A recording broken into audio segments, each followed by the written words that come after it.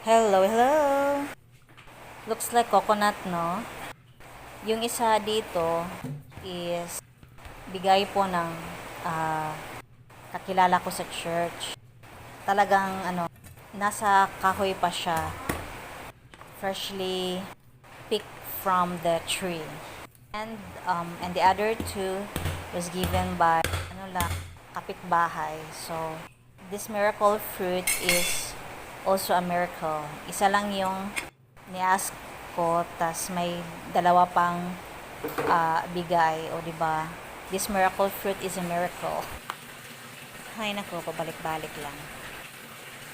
Strong ang smell niya, but very very soft naman pag kinuha mo sa bunga niya.